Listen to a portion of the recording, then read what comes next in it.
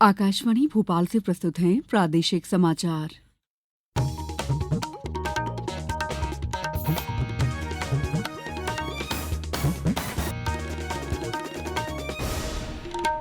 नमस्कार, समाचारों के साथ मैं दीपा सिंह। सबसे पहले मुख्य समाचार। प्रदेश में निकाली जा रही हैं तिरंगा यात्राएं। मुख्यमंत्री ने कहा, ऑपरेशन सिंदूर में दिखी भारतीय सेना की ताकत। सतना के पास करही और सगमा के बीच बिछाई जाएगी नई रेल लाइन। परियोजना को रेलवे बोर्ड ने दी स्वीकृति। आईपीएल क्रिकेट एक सप्ताह के बाद आज फिर हो रहा है शुरू। और भीषण गर्मी के बीच आज इंदौर, उज्जैन समेत प्रदेश के 27 जिलों में तेज आंधी चलने की संभावना। अब समाचार विस्तार से। आतंकवाद के खिलाफ भारतीय सेना के ऑपरेशन सिंदूर को लेकर जवानों का हौसला बढ़ाने के लिए प्रदेश भर में तिरंगा यात्राएं निकालने का क्रम जारी है। देशभक्ति और वीरों के सम्मान में आगरमालवा जिला मुख्यालय पर आज तिरंगा यात्रा निकाली जाएगी। ये तिरंगा यात्रा सुबह 10 बजे झंडा चौक छावनी से शुरू होकर विजय स्तंभ पहुंचेगी, जहां शहीद वीर जवानों को श्रद्धांजलि अर्पित की जाएगी। वहीं खंडवा में शाम 5 बजे से अम्बेडकर प्रतिभा स्थल से तिरंगा यात्रा शुरू होगी। इससे पहले कल इंदौर में मुख्यमंत्री डॉ मोहन यादव के नेतृत्व में तिरंगा यात्रा निकाली गई। इस दौरान आम लोगों को संबोधित करते हुए डॉ यादव ने कहा कि ऑपरेशन सिंदूर के माध्यम से हमारी तीनों सेना ने अपने साहस, शौर्य, पराक्रम और वीरता से दुश्मनों को करारा जवाब दिया है। ऑपरेशन सिंदूर के माध्यम से नई नीति का उद्घोष किया गया। हमारी बहन बेटियों के सिंदूर में हाथ डालने वालों को जमीन के नीचे से निकाल करके जो मारने की मार पड़ी, पाकिस्तान जीवन भर नहीं भूलेगा। और दुनिया के सभी नेताओं के सामने जिस प्रकार से यशस्वी प्रधानमंत्री ने न केवल सेना को तैयारी का पर्याप्त समय दिया, बल्कि तैयारी के बाद जब मार पड़ी तो आज वो हमारे बीच में दुनिया का एक नया रिकॉर्ड बना है। नई दिल्ली में कल संस्कृत के विद्वान स्वामी रामभद्राचार्य को वर्ष 2023 का 58वां ज्ञानपीठ पुरस्कार प्रदान किया गया। राष्ट्रपति द्रौपदी मुर्मू से पुरस्कार प्राप्त करने के बाद स्वामी रामभद्राचार्य ने कहा, ज्ञानपीठ पुरस्कार प्राप्त कर मैं वस्तुतः प्रसन्न हूं, क्योंकि मेरी विद्या का मूल्यांकन हुआ। आप जानकर प्रसन्न होंगे कि ऐसी परिस्थिति में रहकर भी मैंने संस्कृत जगत को 4 महाकाव्य दिए। संस्कृत में गीत महाकाव्य कोई नहीं था, मैंने गीत महाकाव्य दिया, गीत रामायण लिखकर। और गद्य में भी संस्कृत में कोई महाकाव्य नहीं था, मैंने दशावतार चरितम लिखकर गद्य महाकाव्य भी दिया। रेलवे बोर्ड ने मध्य प्रदेश में सतना के पास करही और सगमा के बीच नई रेल लाइन परियोजना को स्वीकृति दे दी है। 5 किलोमीटर से अधिक लंबी इस परियोजना पर 165 करोड़ रुपए से अधिक की लागत आएगी। ये रेल लाइन ललितपुर सिंगरौली को वर्तमान इटारसी मानिकपुर लाइन से जोड़ेगी। रेलवे बोर्ड ने बताया कि इसका उद्देश्य लाइनों, फ्लाईओवर और बाईपास लाइनों की क्षमता बढ़ाना है। करही से सगमा कार्ड रेल लाइन के निर्माण से मध्य प्रदेश के सतना, पन्ना, खजुराहो जैसे महत्वपूर्ण पर्यटन स्थलों का संपर्क मजबूत होगा। इस लाइन से क्षेत्र में माल ढुलाई, औद्योगिक विकास, पर्यटन और बेहतर यात्री संपर्क में सहायता मिलने की संभावना है।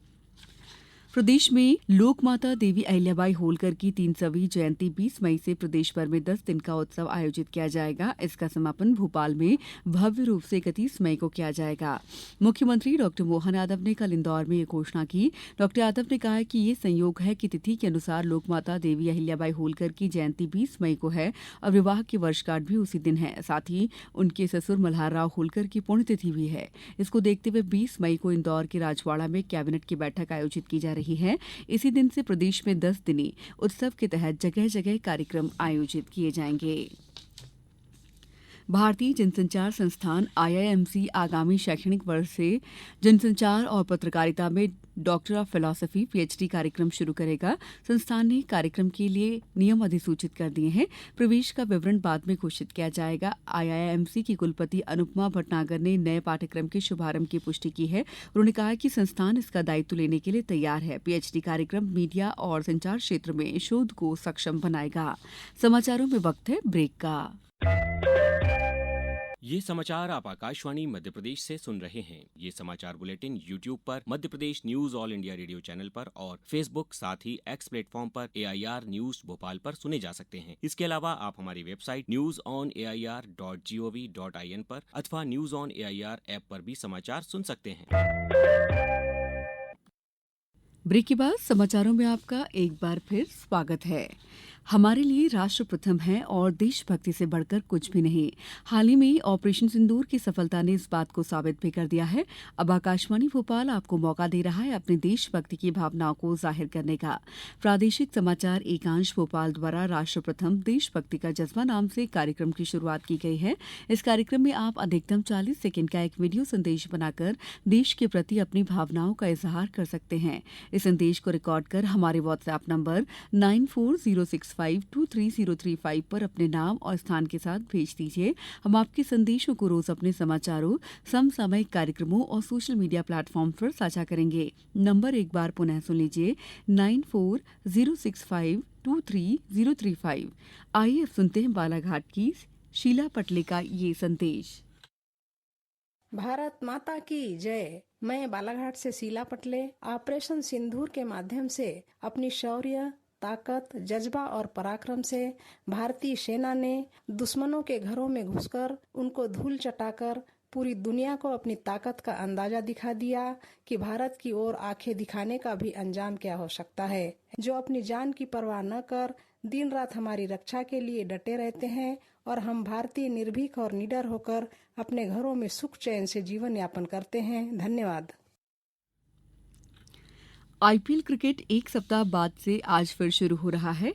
आज बेंगलुरु में मेजबान रॉयल चैलेंजर्स बेंगलुरु और कोलकाता नाइट राइडर्स का मैच शाम 7:30 से खेला जाएगा। इससे पहले भारत और पाकिस्तान के बीच तनाव के कारण 9 मई को आईपीएल प्रतियोगिता निलंबित कर दी गई थी। टूर्नामेंट के शेष मैचों के लिए नया कार्यक्रम जारी किया गया है। इसके मुताबिक 25 मई को होने वाला फाइनल अब 3 जून को होगा। प्लेऑफ के स्थानों की घोषणा बाद में की जाएगी। भारतीय क्रिकेट कंट्रोल बोर्ड बीसीसीआई ने 30 मई से शुरू हो रहे इंग्लैंड दौरे के लिए भारत ए टीम की घोषणा कर दी है। चयन समिति ने अभिमन्यु ईश्वरन को कप्तान और ध्रुव जुएल को कप्तान बनाया है। करुण नायर को भी भारतीय दल में जगह मिली है। इसके अलावा शुभमन गिल और साई सुदर्शन भी दूसरे मैच से पहले टीम में शामिल हो जाएंगे। प्रदेश के कुछ हिस्सों में भीषण गर्मी पड़ रही है, जबकि कुछ हिस्सों में छिटपुट बादल भी छाए हुए हैं। मौसम विभाग ने प्रदेश में आज और कल आंधी बारिश का अलर्ट जारी किया है। इंदौर, उज्जैन समेत प्रदेश के 27 जिलों में तेज आंधी चल सकती है और कहीं कहीं तेज हवाओं के साथ गरज चमक के साथ बारिश होने के भी आसार हैं। मौसम विभाग के अनुसार गुजरात के ऊपर एक साइक्लोनिक सर्कुलेशन सिस्टम एक्टिव है। वहीं एक पश्चिमी विक्षोभ भी सक्रिय हुआ है। इसका असर प्रदेश के मौसम पर पड़ेगा, जिससे अगले 3 दिन आंधी बारिश की संभावना है। अब कुछ समाचार संक्षेप में। बैतूल में ऑपरेशन सिंदूर के अंतर्गत राष्ट्रीय सुरक्षा के लिए आज शाम 4 बजे तिरंगा यात्रा न्यू बैतूल ग्राउंड कोठी बाजार से शुरू होकर दिलबहार चौक तक जाएगी। गुना में प्रदेश के खाद्य और नागरिक आपूर्ति तथा उपभोक्ता संरक्षण विभाग तथा जिले के प्रभारी मंत्री गोविंद सिंह राजपूत की अध्यक्षता में जिला स्तरीय शांति समिति की बैठक आज दोपहर आयोजित की जाएगी। नीमच में जलगंगा संवर्धन अभियान के तहत जन सहयोग से जल संरचनाओं को संरक्षित किया जा रहा है। मुरैना जिले में कल राष्ट्रीय वेक्टर जनित रोग नियंत्रण कार्यक्रम के अंतर्गत मुख्य चिकित्सा एवं स्वास्थ्य अधिकारी ने डेंगू जन जागरूकता रथ को हरी झंडी दिखाकर रवाना किया। श्योपुर में राष्ट्रीय बाल स्वास्थ्य कार्यक्रम के अंतर्गत कल स्वास्थ्य परीक्षण शिविर आयोजित किया गया। इसमें 92 बच्चों की स्क्रीनिंग की गई और 11 बच्चे उपचार के लिए चिन्हित किए गए। जबलपुर में राष्ट्रीय डेंगू दिवस पर कल डेंगू प्रभावित क्षेत्रों में जागरूकता रैली निकाली गई। रोजगार कार्यालय डिंडौरी द्वारा 20 मई को 1 दिवसीय रोजगार मेले का आयोजन किया जाएगा। इस बुलेटिन में बस इतना ही। अगला बुलेटिन दोपहर 2:10 पर। दीजिए इजाजत। नमस्कार।